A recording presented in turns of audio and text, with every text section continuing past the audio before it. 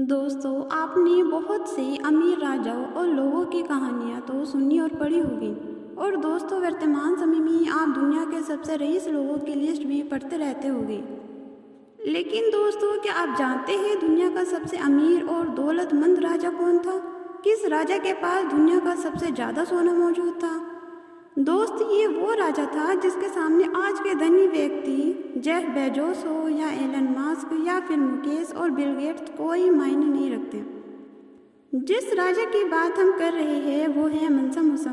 जी हाँ, मंसा मूसा दुनिया का सबसे अमीर राजा था। इनका जन्म 1208 में माली देश में हुआ था, जो अफ्रीका के जंगलों में रहते थे। मंसा मूसा से पहले इनके भाई मंसा अबू बकर ने 1312 तक शासन किया। मंसा अबू बकर जब एक समुद्री अभियान से वापस लौट कर नहीं आए, तब मंसा मूसा को साम्राज्य विरासत में मिला और वह राजा बन गया। सोने और अन्य सामानों का व्यापार करने वाले जितने भी प्रमुख केंद्र थे, मंसा के राज्य में थे, जिस वजह से व्यापार में मंसा को काफ़ी मुनाफा मिलता था। उस दौर में माले के पास पूरी दुनिया के सोने का आधा हिस्सा था। मूसा एक सच्चे और धार्मिक प्रवृत्ति के मुसलमान थे। दोस्तों, एक बार मंसा ने सहारा रेगिस्तान और मिस्र से होते हुए मक्का में हज यात्रा पर जाने का फैसला किया। मूसा ने 1324 में मक्का की यात्रा की थी। 60,000 लोग भी मूसा के साथ में गए थे। इसमें 12,000 लोग मंसा मूसा के निजी अनुचर थे। मंसा के घोड़े के आगे 500 लोग चल रहे थे और ये लोग रेशम के कपड़े पहना करते थे और उन सबके हाथ में सोने की छड़ी होती थी।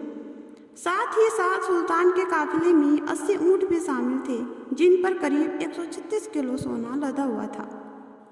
यात्रा के दौरान मिस्र की राजधानी काहिरा में मंसा 3 महीने के लिए रुक गया। इस दौरान मंसा ने वहाँ के लोगों को तोहफे में इतना सोना दे दिया कि मिस्र की अर्थव्यवस्था बैठ गई। अपनी यात्रा के दौरान मूसा ने इतना सोना बांटा कि पूरे मध्य वर्ग क्षेत्र को लगभग 1.1 बिलियन पाउंड का आर्थिक नुकसान झेलना पड़ा था। मंसा कुछ समय बाद कई विद्वानों के साथ दोबारा मक्का गया, जिसमें पैगंबर मोहम्मद और अंडालूसी कवि के वंशज भी शामिल थे।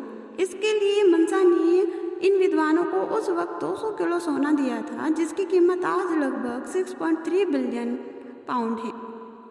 दोस्तों, माना जाता है कि मंसा मूसा ने ही पश्चिमी अफ्रीका में शिक्षा की परंपरा शुरू की थी। उन्होंने साहित्य कला और वास्तुकला को बढ़ावा दिया और इसके साथ ही साथ स्कूल, पुस्तकालयों और मस्जिदों को इसके लिए पैसे भी दिए थे।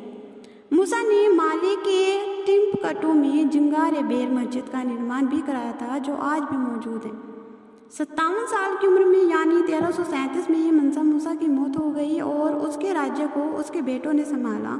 इसके बाद से राज्य का पतन होना शुरू हो गया। माली की अगर हम बात करें तो आज माली दुनिया के सबसे गरीब देशों में आता है।